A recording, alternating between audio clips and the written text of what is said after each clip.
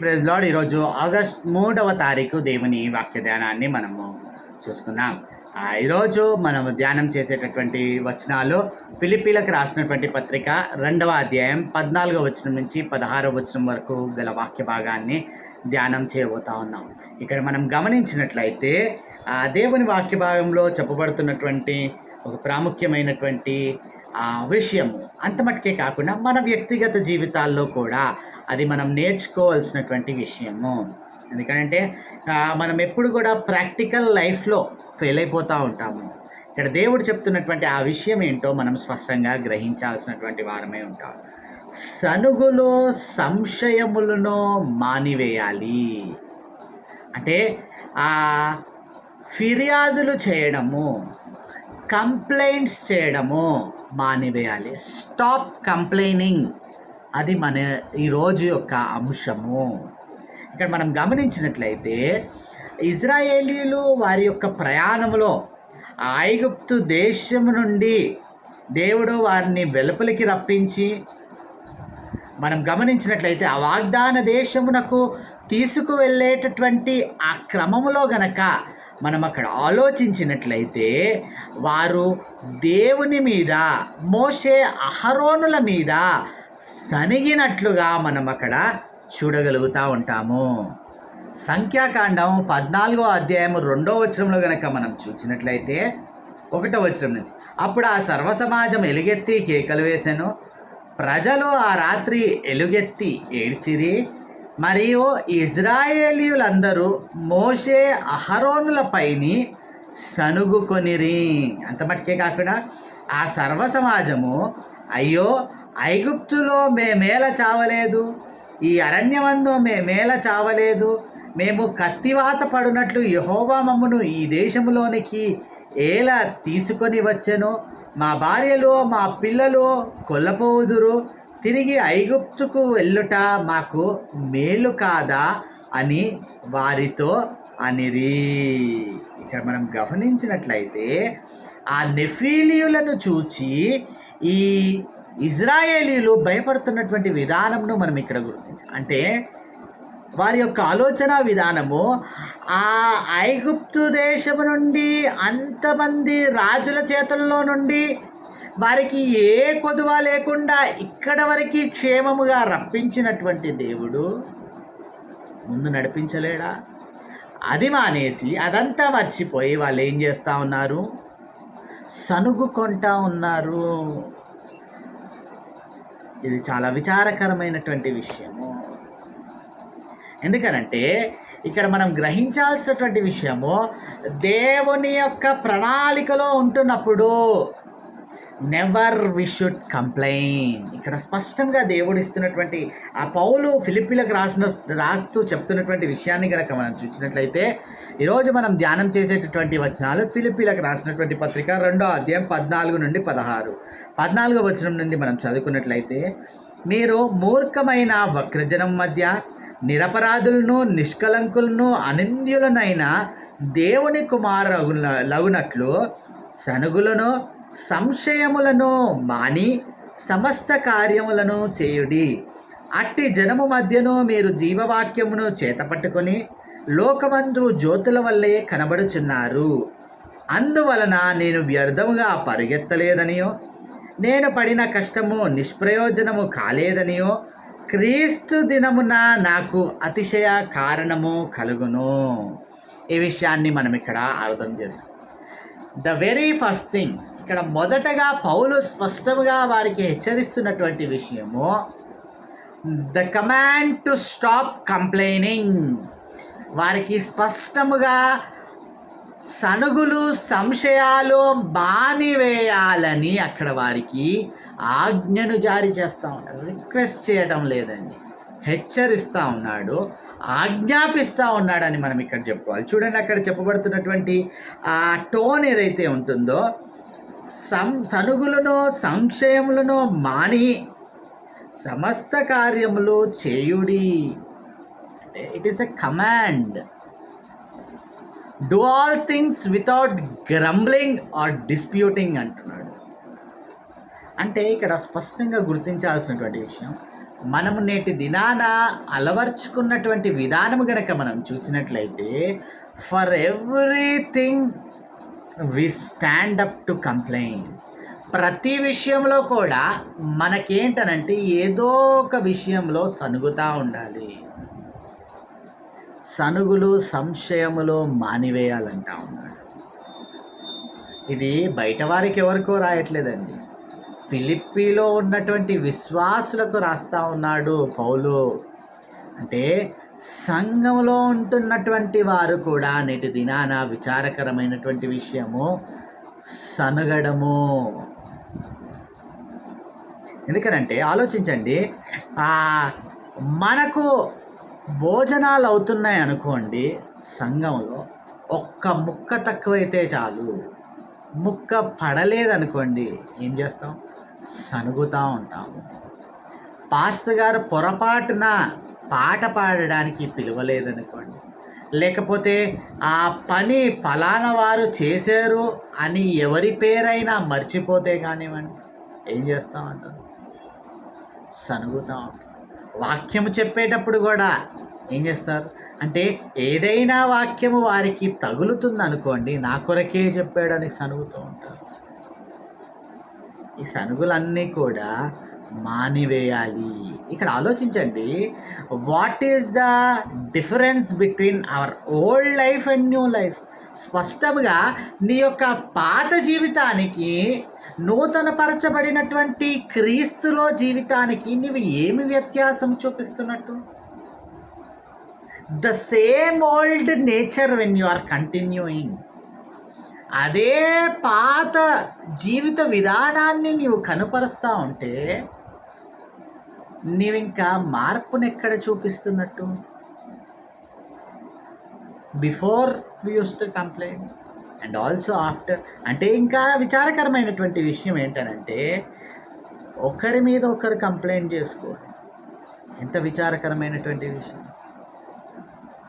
మా పిల్లల్ని వాళ్ళు కొట్టారని, మా పిల్లల్ని వీళ్ళు ఈ మాట అన్నారని. ఆలోచించండి, this is a platform for hour holiness. మనం పరిశుద్ధపరచబడటానికి, మనం ఆత్మీయంగా దినదినం అభివృద్ధి చెందటానికి ఇదొక చక్కని ప్లాట్ఫామ్ అయితే, దీన్ని ఎట్టి విధముగా దారితీస్తూ ఉన్నానంటే ఫర్ కంప్లైనింగ్. సనగడానికి ఇదొక ప్లాట్ఫామ్గా చేసుకుంటూ ఉన్నారు. ఎంత విచారకరమైనటువంటి విషయం. ఈ సనుగులో మానివేయాలని స్పష్టంగా హెచ్చరిస్తూ ఉన్నాడు. ఎందుకొరకు మానివేయాలి? ఈ విషయం కూడా మనకు అర్థం కావాల్సినటువంటి అవసరం ఉంటుంది. ఎందుకనంటే నువ్వు సనుగుతా ఉన్నావని అనుకో, no doubt you are not at all godly. అంటే నీలో దేవుని యొక్క ఆత్మీయత, అసలు దేవుని యొక్క విశ్వాసంలో పూర్తిగా you are out of portion, నువ్వు లేనట్లే. ఎందుకనంటే సనగడం అనేది దేవునికి ఇప్పుడు కాదు ఎప్పుడూ ఇష్టం లేదు. ఆనాడు ఇజ్రాయేలీయులను కూడా ఆయన సహించలేదు. ఏమని సనుగుతూ ఉన్నారు? ఎవరి మీద వారు సనుగుతూ ఉన్నారు? మోషే అహరోన్ల మీద సరిగారు, దేవుని మీద కూడా వారు అక్కడేమేమో చచ్చిపోయి దేవునికి తెలియదా? దేవునికంట పెద్ద ప్రణాళిక కలిగినటువంటి వారా వీరు? కాదు కదా. ఆలోచించాలి. ఈ సనుగులు నేటి దినాన నీవు పూర్తిగా దేవునిలో దిగజారిపోతున్నట్లే సనుగుతూ ఉంటే, నాడు సనుగులను నువ్వు ప్రోత్సహిస్తున్నా కూడా ఒకరి మీద ఒకరు మాట్లాడుకోవడం, సంఘాల నుండి అలిగి వెళ్ళిపోతున్నటువంటి స్థితిగతులు చూస్తాం. అంటే సనుగుతా వెళ్ళిపోతూ ఉన్నారు. ఎంత విచారకరమైనటువంటి విషయం. ఇదా మనం దేవుని దగ్గరికి వచ్చి నేర్చుకునేటటువంటి విషయము? ఎందు నిమిత్తం సనగకూడదంటా ఉన్నాడో మనం ఒకవేళ గమనించినట్లయితే 3 విషయాలు ఇక్కడ. మొదటగా వ్యక్తిగతంగా తన కొరకు తాను సనుగుకొనకూడదు. అంటే ఇక్కడ గ్రహించాల్సినటువంటి విషయం, ఒకవేళ సనుగుతున్నట్లయితే అక్కడ 14వ వచనంలో స్పష్టంగా చెప్పబడుతున్నటువంటి మాట, నిరపరాధులను, నిష్కలంకులను, అనింద్యులనైనా దేవుని కుమారుడు అగునట్లు అంటా ఉన్నాడు. అంటే లిటరల్గా, if you do not grumble or dispute, నీవు దేవుని కుమారుడు అని పిలువబడతావు. అంటే నీవు సనుగుతా ఉన్నావనంటే you are not at all the son of God, you are not at all, you doesn't belong to God at all. ఈ విషయాన్ని ఇక్కడ అర్థం చేసుకో. దేవుని కుమారులని పిలువబడాలనంటే, దేవుని పిల్లలు అని పిలువబడాలనంటే ఎప్పుడూ సనగకూడదు మన జీవితాల్లో. ఇది సంఘానికి మాత్రమే పరిమితము కాదండి. మన కుటుంబంలో ఎప్పుడు సనగకూడదు. తప్పిపోయిన కుమారుడు తిరిగి వచ్చినప్పుడు పెద్ద కుమారుడు ఏం చేశాడండి? సనిగినట్లుగా మనం అక్కడ చూడగలుగుతూ ఉంటాం. నేను ఇన్ని సంవత్సరాలు నీతో పాటే ఉంటున్నాను, కానీ ఏనాడు నాకు ఇటువంటి విందు చేయలేదే అని సనిగాడు. ఎంత విచారకరమైన. కుటుంబంలో సనుగులు ఉండకూడదు. మన యొక్క వ్యాపార స్థలాలలో, ఉద్యోగ స్థలాలలో సనుగులు ఉండకూడదు. అంటే we should be that model in every aspect, in every area of our lifes.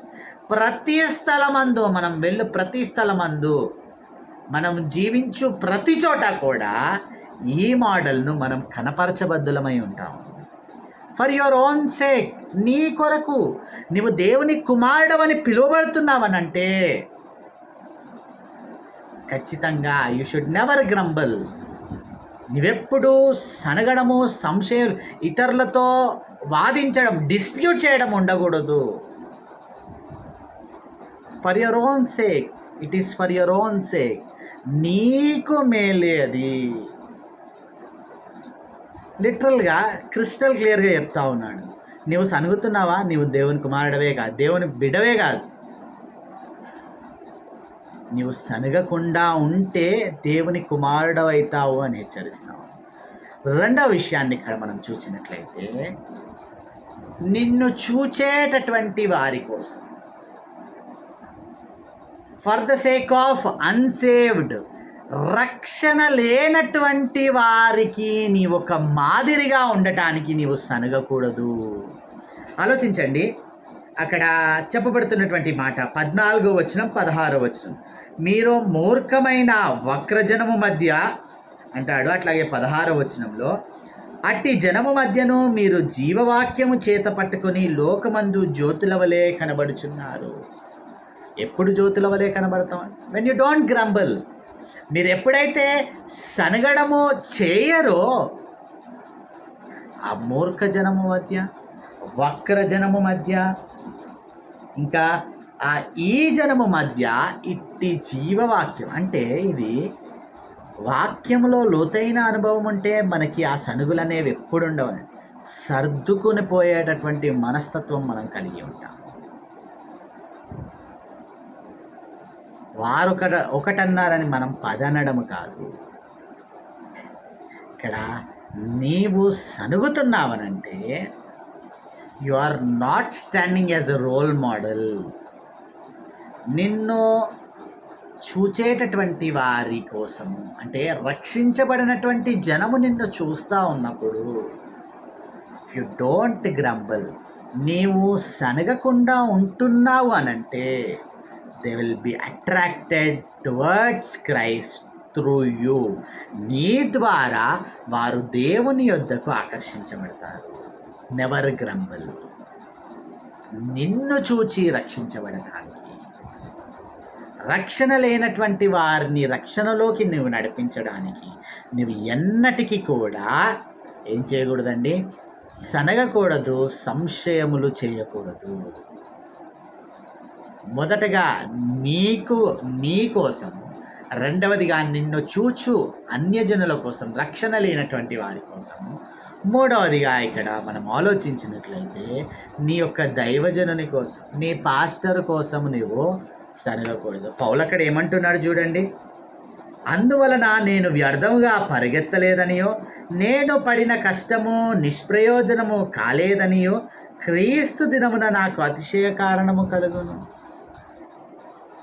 అంటే ఒకవేళ ఫిలిప్పీ సంఘము సనుగుతుందనుకోండి, పౌలు యొక్క ఆలోచన ఏంటి? నేను ప్రయాసపడిందంతా, నేను మీకు బోధించిందంతా వ్యర్థము, నీళ్ళల్లో పోసినట్లే. అందుకనే అని అంటా ఉన్నాడు అక్కడ. నేటి దినాన పాస్టర్ల యొక్క ప్రయత్నాలు, పాస్టర్లు దేనికోసము అహర్నిశలో పరిగెత్తుతూ ఉన్నారు, అది పూర్తిగా వ్యర్థపరుస్తున్నట్టు దినాన ఏం చేస్తూ ఉన్నారు? సనుగుతూ ఉన్నారు. For the sake of your pastor, నీ యొక్క దైవజనుని కోసము, నీ యొక్క సంఘ కాపరి కోసము నీవేం చేయకూడదు? సనగకూడదు. అంటే ఆయన దేవునిలో నీవు పూర్తిగా ఆయన సారూప్యతలోకి మార్చబడాలని ప్రయత్నము చేస్తూ ఉంటే, అహర్నిశలో పాటుపడుతూ ఉంటే, ఇక్కడ పౌలు అదే అంటున్నాడు కదా, నేను పరిగెత్తినది వ్యర్థము కాలేదని. అంటే నీవు సనుగుతూ ఉన్నావనంటే లిటరల్గా నీ యొక్క దైవజనుని యొక్క ప్రయత్నాన్ని, ఆయన దేనికోసమో దేవుని సారూప్యతలోనికి నిన్ను మార్చాలని ప్రయత్నం చేస్తూ ఉన్నాడు, పరిగెత్తుతూ ఉన్నాడు, అది పూర్తిగా నువ్వేం చేస్తున్నట్టు? వ్యర్థం చేసేస్తున్నట్టే. కాబట్టి ఇక్కడ స్పష్టంగా గుర్తించాల్సినటువంటి విషయం, స్టాప్ కంప్లైనింగ్. సనగడము మానేయాలి. ఇది ఆజ్ఞ అండి. It is not a request, it is a command. ఎందుకోసము? మొదటగా నీ కోసము నువ్వు, రెండవదిగా అన్యజనులు లేదా రక్షించబడినటువంటి వారు ఎవరైనా మూర్ఖజనము వక్రజనం మధ్య అని ఎందుకు చెప్తాం? అటువంటి వారు నిన్ను చూసి they will always get attracted to Christ. మూడవదిగా నీ యొక్క సంఘ కాపరి కొరకు ఆయన ప్రయత్నము, ఆయన అహర్నిశలు దేని కొరకు పాటుపడుతూ ఉన్నాడు, అది వ్యర్థము కాకుండా నిమిత్తము నీ యొక్క సనుగులను, సంశయములను మానివేయాలి. ఈరోజు ప్రాక్టికల్గా అది నీ జీవితంలో నీవు చేయగలుగుతా ఉన్నావు. ఒకవేళ ఇప్పటి వరకు అది నీవు చేయలేకపోతే ఇక నుంచైనా చేయడానికి ప్రయత్నం చేయమని దేవుడు హెచ్చరిస్తావు. ప్రార్థించి అత్యంత కృపగలదే అయ్యా, నిజంగా మా జీవితాల్లో ఎప్పుడు కూడా తృప్తి లేనటువంటి వారు, అనేక విషయాల్లో వి ఆల్వేస్ గ్రంబ్, మేము ఎప్పుడు సనుగుతానే ఉంటాము లేదు అయ్యా. అట్టి సనుగులు, సంశయం మా వ్యక్తిగత జీవితాల్లో, కుటుంబ జీవితంలో అయ్యా, మా ఉద్యోగ స్థలాల్లో, వ్యాపార స్థలాల్లో అయ్యా, మా సంఘాలలో ఇటువంటి సనుగులను, సంశయములను మానివేయాలని స్పష్టంగా హెచ్చరిస్తాం అయ్యా. అది మా కొరకే, మమ్మలను చూచేటటువంటి వారు రక్షణకు దారి తీయడానికని హెచ్చరిస్తాం. మా దైవజనుని ప్రయాసము వ్యర్థము కావద్దని హెచ్చరిస్తాం. ఇట్టి విషయాల పట్ల స్పృహ కలిగినటువంటి వారం అయ్యా, మేము ఎన్నటికీ ఇటువంటి సనుగులను లేనటువంటి వారమై ఉండటానికి మీ కృపలో భద్రపరుచుకున్నాం. యేసు నామములో ప్రార్థించండి వేడుకుంటున్నాం తండ్రి, ఆమేన్.